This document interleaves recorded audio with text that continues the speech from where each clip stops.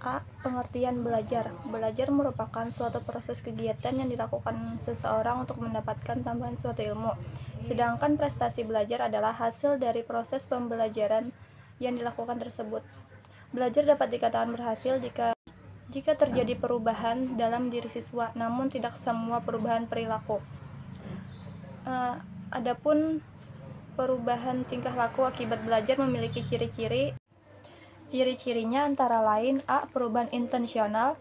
Perubahan dalam intensional adalah karena pengalaman atau praktek yang dilakukan secara langsung, sengaja, dan disadari. Kedua, perubahan positif dan aktif. Positif artinya perubahan tersebut adalah baik dan bermanfaat bagi kehidupan serta sesuai dengan yang diharapkan. Adapun aktif artinya perubahan tersebut terjadi karena adanya perubahan atau usaha dari siswa yang bersangkutan. Yang C. Perubahan efektif dan fungsional. Perubahan dikatakan efektif apabila membawa pengaruh dan manfaat tertentu bagi siswa. Sedangkan perubahan yang fungsional artinya perubahan dalam diri siswa tersebut relatif, menetap, dan apabila dibutuhkan, perubahan tersebut dapat direproduksi dan dimanfaatkan kembali. Saya akan menjelaskan bagian ketiga, yaitu aspek-aspek yang mempengaruhi keberhasilan belajar. Aspek-aspek yang mempengaruhi keberhasilan belajar terbagi menjadi 3, yaitu aspek kognitif, afektif, dan psikomotorik. Yang pertama, aspek kognitif. Aspek kognitif ini berhubungan dengan proses berpikir pada mata pelajaran yang diperoleh oleh evaluasi nilai, baik berupa nilai harian, tugas-tugas di rumah, maupun ulangan. Nah, aspek ini menekankan pada intelektual, yakni kerja otak yang menguasai berbagai pengetahuan yang didapatnya. Yang kedua yaitu aspek afektif. Aspek ini berkaitan dengan nilai dan sikap yang diperoleh siswa selama proses belajar terhadap permasalahan yang berkaitan dengan mata pelajaran. Aspek ini memiliki nilai yang sangat penting karena berhubungan dengan kepribadian siswa. Yang ketiga yaitu aspek psikomotorik, berkaitan dengan perbuatan yang diperoleh, bagaimana siswa ini mempraktekkan yang didapatnya selama pelajaran dalam kehidupan sehari-hari, baik itu di rumah, di sekolah, maupun di lingkungan masyarakat. Saya di sini ingin mempresentasikan tentang faktor-faktor yang mempengaruhi keberhasilan belajar. Yang pertama, faktor internal. Faktor internal ialah faktor yang mempengaruhi atau berhubungan erat dengan segala kondisi siswa, seperti kesehatan fisik. Kesehatan fisik yang prima akan mendukung seseorang siswa untuk melakukan kegiatan belajar dengan baik, sehingga ia dapat meraih prestasi belajar yang baik pula. Sebaliknya, siswa yang sakit, apabila kondisi sakitnya semakin parah dan harus dirawat secara intensif di rumah sakit, maka ia tidak akan dapat berkonsentrasi belajar dengan baik pula. Ada psikologis juga. Yang pertama, inteligensi. Taraf inteligensi yang tinggi pada seorang siswa akan mempermudah baginya dalam memecahkan masalah-masalah akademis di sekolah. Dengan kemampuan inteligensi yang baik tersebut, maka mereka pun akan mampu meraih prestasi belajar yang baik pula. Sebaliknya, siswa yang memiliki taraf inteligensi yang rendah ditandai dengan ketidakmampuan dalam memahami masalah-masalah pembelajaran akademis, sehingga berpengaruh pada prestasi belajar anak yang dicapainya. Ada bakat siswa. Secara umum, bakat adalah kemampuan potensi yang dimiliki seseorang untuk mencapai keberhasilan pada masa yang akan mendatang. Demikian, sebetulnya setiap orang mempunyai bakat dalam arti berpotensi untuk mencapai prestasi sampai ke tingkat tertentu sesuai dengan kapasitas masing-masing. Jadi secara global, bakat itu mirip dengan inteligensi. Itu sebabnya seorang siswa yang berinteligensi sangat cerdas atau cerdas luar biasa, disebut juga sebagai intelent, yaitu anak berbakat.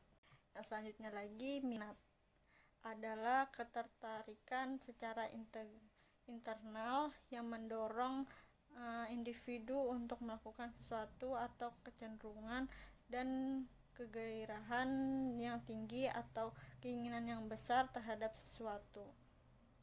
Sikap minat bisa temporer, tetapi bisa menetap dalam jangka panjang. Minat temporer hanya bertahan dalam waktu yang pendek. Dalam hal ini bisa dikaitkan minat yang rendah. Selanjutnya, kreativitas ialah kemampuan untuk berpikir alternatif dalam menghadapi suatu masalah, sehingga ia dapat menyelesaikan masalah tersebut dengan cara yang baru dan unik. Kreativitas dalam belajar memberi pengaruh positif bagi individu untuk mencari cara-cara terbaru dalam menghadapi suatu masalah akademis.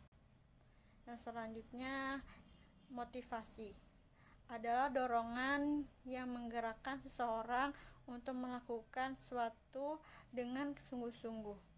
Motivasi belajar adalah dorongan yang menggerakkan seseorang pelajar untuk sungguh-sungguh dalam belajar menghadapi pembelajaran di sekolah.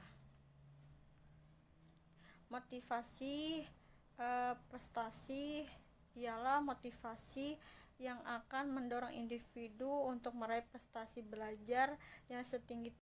Yang selanjutnya, kondisi psikoemosional yang stabil. Kondisi emosi yang sebagaimana keadaan, perasaan, suasana hati yang dialami oleh seseorang. Kondisi emosi seringkali dipengaruhi oleh pengalaman dalam hidupnya. Bismillahirrahmanirrahim. Di sini saya akan menjelaskan mengenai faktor eksternal yang mempengaruhi keberhasilan belajar. Hal-hal lain dari luar diri yang dapat mempengaruhi proses belajar yang akan diraih antara lain ada 3 faktor. Yang pertama, faktor lingkungan keluarga. Yang kedua, faktor lingkungan sekolah. Yang ketiga, faktor lingkungan masyarakat.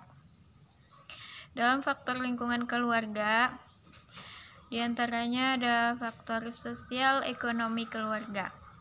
Dengan sosial ekonomi yang memadai, seseorang lebih berkesempatan mendapatkan fasilitas belajar yang lebih baik, mulai dari buku, alat tulis, hingga pemilihan sekolah. Yang kedua, pendidikan orang tua. Orang tua yang telah menempuh jenjang pendidikan tinggi cenderung lebih memerhatikan dan memahami pentingnya pendidikan bagi anak-anaknya dibandingkan dengan yang mempunyai jenjang pendidikan yang lebih rendah. Selanjutnya, yang ketiga, perhatian orang tua dan suasana hubungan antara anggota keluarga. Dukungan dari keluarga merupakan suatu pemicu semangat berprestasi bagi seseorang. Selanjutnya, faktor lingkungan sekolah. Faktor yang pertama, sarana dan prasarana. Kelengkapan fasilitas sekolah seperti papan tulis, OHP akan membantu kelancaran proses belajar mengajar di sekolah. Selain bentuk ruangan, sirkulasi udara dan lingkungan sekitar sekolah juga dapat mempengaruhi proses belajar mengajar. Yang kedua, kompetensi guru dan siswa. Kualitas guru dan siswa sangatlah penting dalam meraih prestasi. Kelengkapan sarana dan prasarana tanpa disertai kinerja yang baik dari para penggunanya akan sia-sia. Yang ketiga, kurikulum dan metode mengajar. Hal ini meliputi materi dan bagaimana cara memberikan materi tersebut kepada siswa. Metode pembelajaran yang lebih interaktif sangat diperlukan untuk menumbuhkan minat dan peran serta siswa dalam kegiatan belajar. Yang selanjutnya, faktor lingkungan masyarakat, yaitu ada sosial budaya. Pandangan masyarakat tentang pentingnya pendidikan akan mempengaruhi kesungguhan pendidik dan peserta didik. Selanjutnya, partisipasi terhadap pendidikan.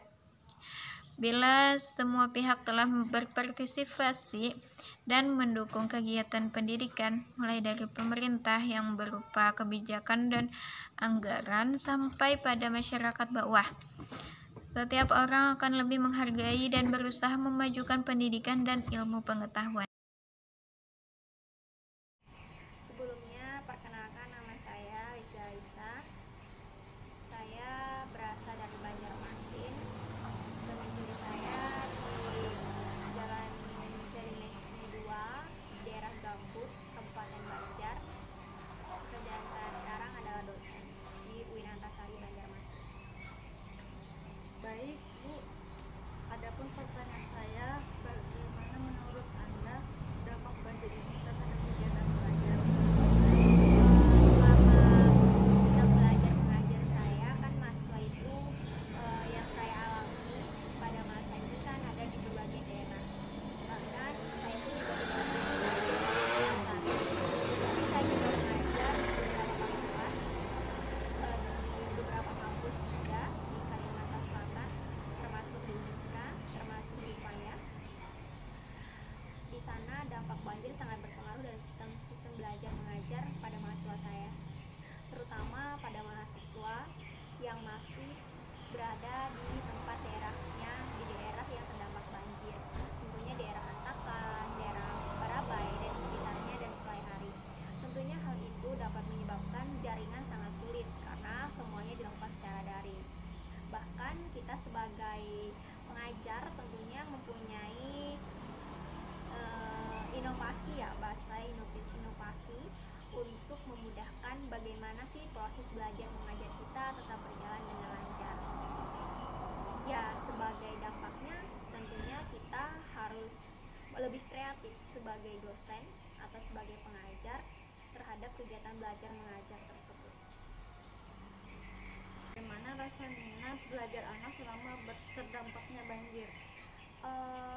Untuk rasa minat belajar anak tentunya ketika mereka memiliki tempat lingkungan yang sangat kurang kondusif untuk dilakukan sistem belajar, misalnya jaringannya sulit, aliran listrik yang tidak berjalan, hal itu membuat rasa minat belajar sangat berkurang.